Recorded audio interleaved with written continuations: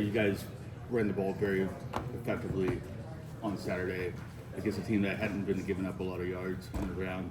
What was working out for you guys? I feel like our calls and our communication up front definitely helped Jarquez break holes, and they had a lot of schemed up plays, like a lot of pressure plays. So just to pick those up and get him holes, that was a major thing for us. So I feel like that was the most key thing we was going throughout the week because they were like the number 4 in the nation of run defense. So I feel like we just had to be real keyed up on what we were doing up front.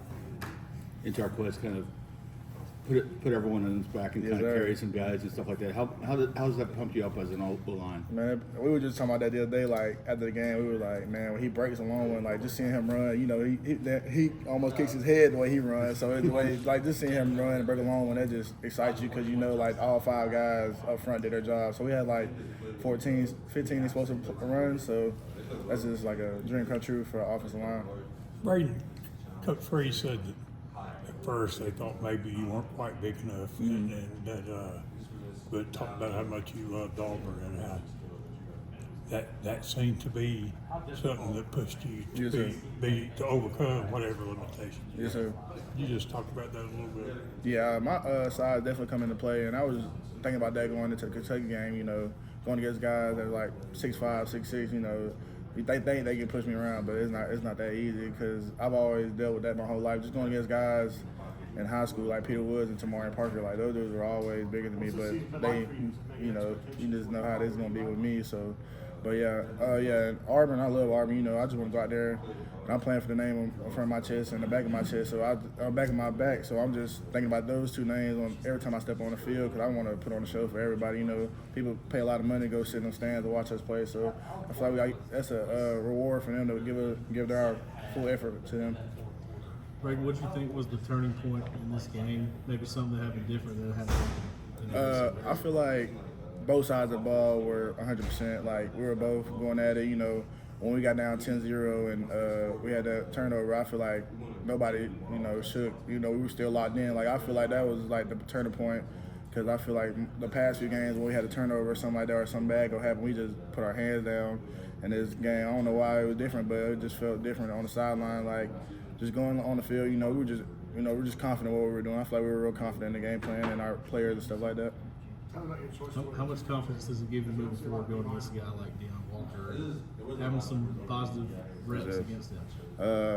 I felt pretty good in the run game. I feel like I'm one of the best in the run game. So in the pass game, he's pretty good too. So I just knew it was gonna be a good competition. So I was pretty, schemed up on him all week, and I just, I gave up 1 sack to him, and, but that's a first-round draft pick. We were going at it all night, so I feel like that was a good test for me, especially my first game going against a dude that's going to be drafted first round. So he did a good job all night.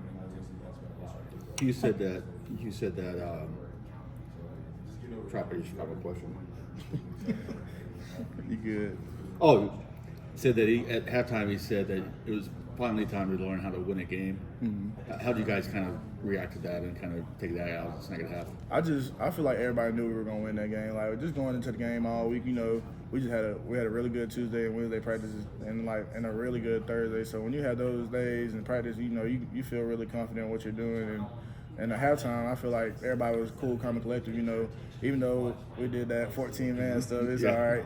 We knew we were gonna come out there on offense and execute, which we did. Have you been Auburn fans your whole life? People always ask me if I'm a fan of people, but like of schools. But I've never been like a fan of a school. But I just like the players on the team. Like there's different players on the team. Like I used to love Cam Newton, Nick Marshall, and I love Trey Mason though. Yeah, that was one of my favorites back in the day. So I used to just watch players back in the day, but I ain't never really watched a team. Did what Jarquez did Saturday kind of remind you of what Trey Mason did Yes, sir. in the championship game? Yes, sir. He's up there in the conversation with Trey Mason for sure. You so you said all those guys that you like to watch. Is that kind of what led you to Auburn? I think what led me to Auburn was moving down here my junior year in high school. I feel like just getting on the campus early, being around the environment every day, just getting to love it. My family here, just close to home. Just a good environment. Just want to be here, play for Auburn. Obviously, you would like to have won some more games, but has it been what you expected it to be? It's not what I expected it to be this season, but I feel like going Let's talk into about next, being here. Oh yeah, being here is, you know, all the guys in the locker room, man. I love them, man. Like they're my brothers. So I feel like we got a good team, and we never quit on each other. So I feel like that's a big part of our team. Bradyn, everybody's talking about Vandy's offense, Bobby. What have you seen from their front? Been pretty active. I feel like they're pretty keyed up, you know, just like Kentucky. Like I feel like they're the same defense, but I feel like Vandy, you know, more schemed up, you know, more sound. They're not gonna miss a line or get out of gaps and stuff like that. So we just had to be more, you know, vocal and stuff like that on the offensive line and in the backfield. So just to practicing like what we did last week, you know, just doing the same thing, just the same routine, just to get better. Bradyn, what was this past offseason like for you, losing weight, moving? You had repped at guard last year as well, but transitioning kind of from center to guard a little bit more. What was this offseason kind of like for you to get ready for this year? It was definitely hard, but like mentally and physically it was hard, but I feel like I came overcome it, and I give all my glory to God, man. He just helped me out a lot and through a lot of situations, and that's the only reason I'm here today is because he pushed me through, because I feel like without God I wouldn't be where I am today.